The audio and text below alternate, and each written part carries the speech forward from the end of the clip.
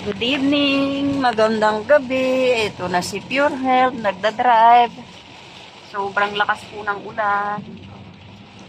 Papunta kami kila Jello. Nagluto daw si Jello ng kambing. Para kanino yun? Sabi na nga, dapat kanina para kaya yun. Para kanino yun? Ayan po yung galing sa Maynila. Galing kay Ate Imelda Ganar niya. Kay Tita Imelda Ganir pala galing yung kambing. Grupo niya. Sa grupo ni Tita Imelda Ganir. Ayan. Iniluto raw ni Jello. Pinapapunta kami kanina pa sana. Kaya lang. Nagtulog-tulugan pa kami. Uy, mahina na rito oh. Mahina na ang ulan. Sa Red Sea. Asan? Hindi yan. Hindi sa Red Sea yan. Parang sa Red Sea yun. Hindi, yung plate number, hindi yun eh. Oh, maulan, grabe oh. Kanina pa umuulan. Binaha na rito oh. Pero hindi pa naman malalim. Lagi naman to dito binabaha. Lagi ba yun? Ano, yung kanal nila, supply. Anong oras na Pure? Kalusot. Alas 8 pa lang. Pero kanina, mulan din. Pag uwi natin galing sa meeting. Ngayon, maulan na naman. Tignan nyo. Ano yan, luha. Meron na naman low pressure area. Ano ibig sabihin nun, Pure? Wala. May Sama namumuong. ng panahon. Ayan. Na posible maging bagyo. Naku, Pag may signal na, bagyo na yun. tayo dyan. Nakakadala na po ang bagyo dito. Magtitiis na naman kami sa dilim. Mawawala na naman ang kuryente. Mawawala na naman ang internet. Patay ang kabuhayan. Oh, ang daming tubig oh. Medyo malayo-layo pa po tayo kay Jello Max. Baka ubos na yun. Anong oras pa lang nagyaya yun? Maaga pa. Na tayo nitong bagyo na to.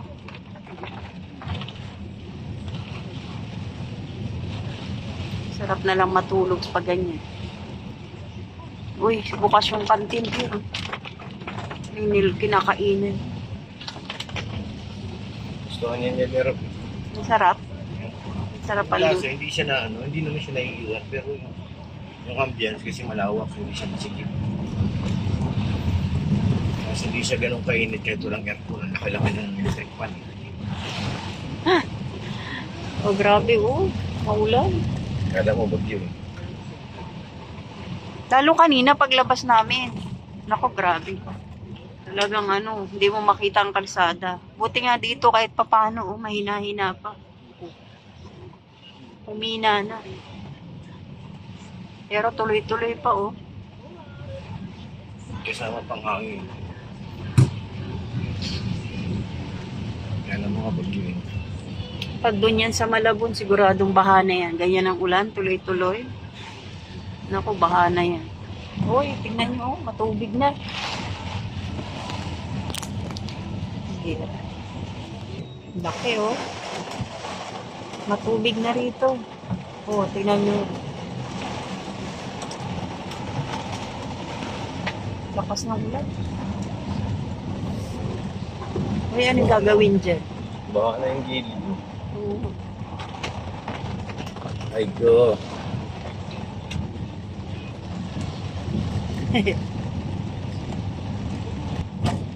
O, ayan, oh, papunta na tayong lighthouse. Dito na yung kay Lamuyaban. Kanina yung kay Larap. Kaya hindi natin ako.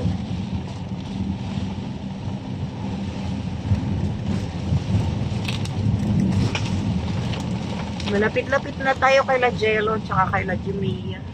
Ano kaya sila Red Sea? Saka si Say? Wala. Yan, dito naman kami dati. Ayan, sa Alpine. Diyan kami na nangupahan. 2 years tayo dyan, di ba? Tapos dito kami lumipat. Yan, sa may gate na yan. Dito naman kay La Jumia. Nag-tour tayo, di ba, Piot? Nag-road trip tayo. May sarado. Ang bilyaran. Ito ba yun? Ay, hindi pa ba yan? Walang gaanong sasakyan sa kalsada.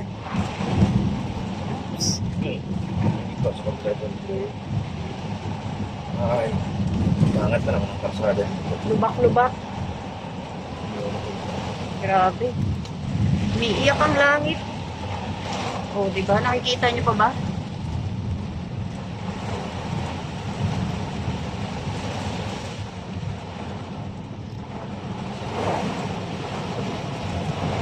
Parang mga sarado na mga tindahan ngayon. Lakas ang ulan. Lakas, oh. Hindi na natin makita ang daanan. Lubak-lubak pa man din.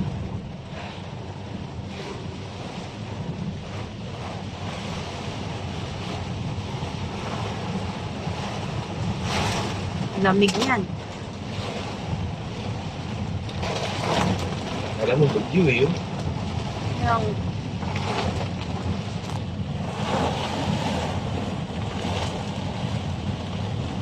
labo na ng kalsada, oh.